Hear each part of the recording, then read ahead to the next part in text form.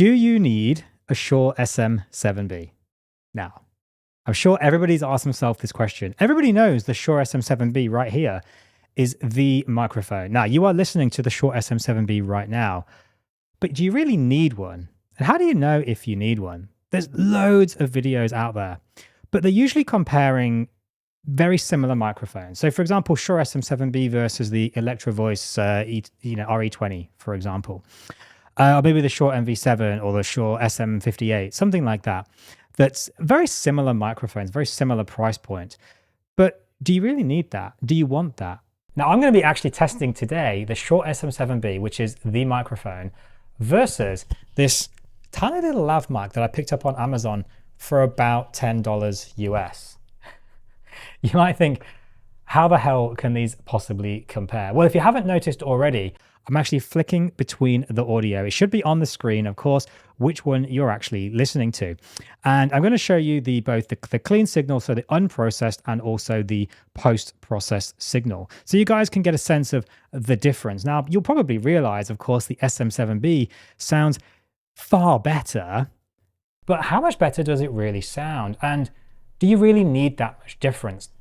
And this is the question that I actually end up asking myself quite a lot. When I first got into YouTube, I kind of fell for the trap of getting the most expensive equipment. I mean, I have still 4 cameras. I'm actually just bought another 2 because I'm testing them out, and I'm probably going to switch to the Sony a7 IV, but that's a whole different thing. I bought so many microphones. I bought so many cameras trying to find the best, thinking that this was going to give me the views, give me the subscribers. And on my main channel, I have about 17,000 subscribers. This one, of course, I'm just starting out really, but it's not the equipment that really makes the difference.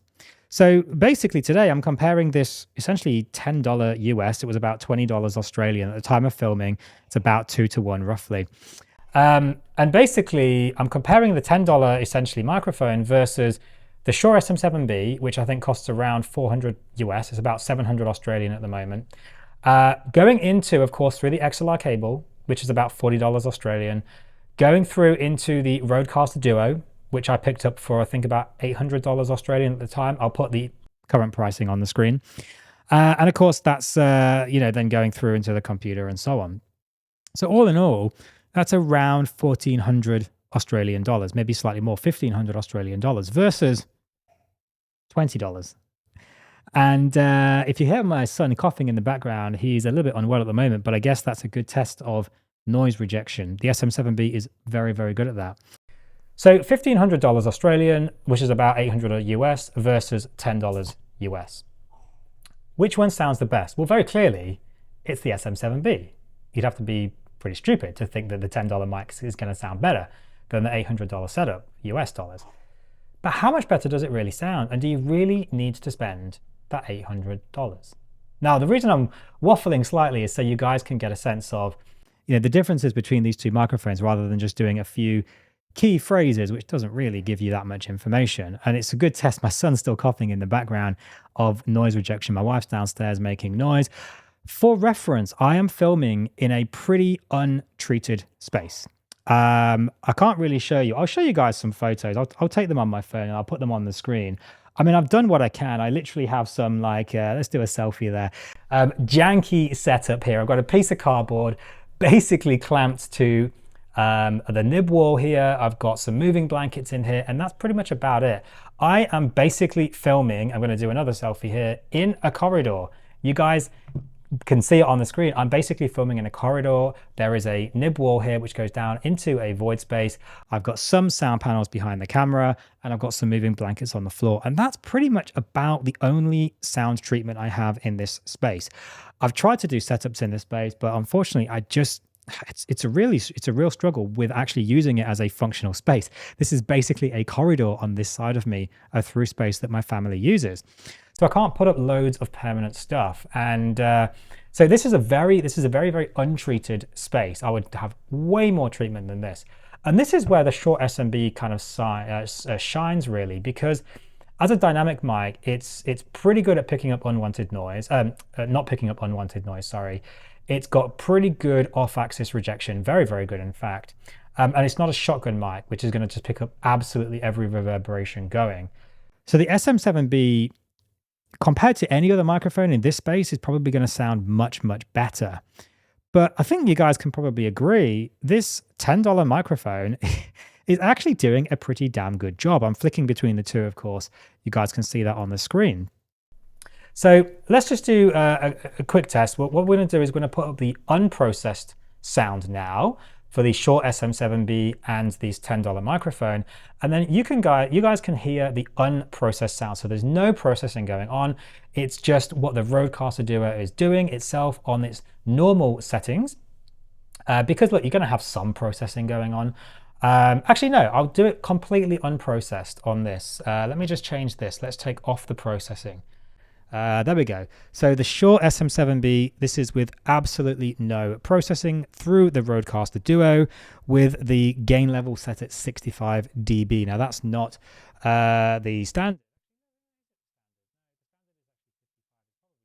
You can hear, I'm going to pop it back up to 67 because that's the gain that I like it at. But there's otherwise no, turn off the processing again. There's otherwise no processing going on with the Shure SM7B. Now I'm going to flick back to the $10 mic now, which is actually going through my Lumix S5, which is recording this at the moment. So it's really just going through those internal preamps in the Lumix S5, which of course is going to be nowhere near the Rodecaster Duo, which are basically studio grade preamps. These are absolutely great preamps.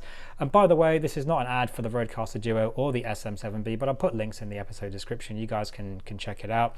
The Rodecaster Duo is absolutely fantastic for driving the SM7B. This is all unprocessed still, by the way, guys. It's absolutely fantastic for driving the SM7B, and you certainly don't need a cloud lifter or a FET head, and if you put those on, it's probably going to sound like garbage. I did try that. You really don't want to do that. I'm going to switch back to processed SM7B now. Give me a second here. All right, I've turned the processing back on the SM7B, and we're back to processing now with noise reduction and a little bit of EQ on this $10 microphone.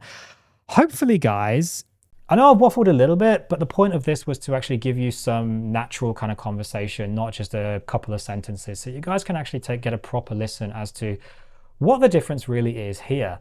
And you'll probably agree with me that this difference actually isn't that great. Like, yes, it's noticeable.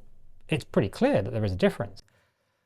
But for essentially about $800 US difference, if you're on a budget, a really small budget, literally this $10 mic plugged in to the camera. It comes with the adapter that you need as well for the camera.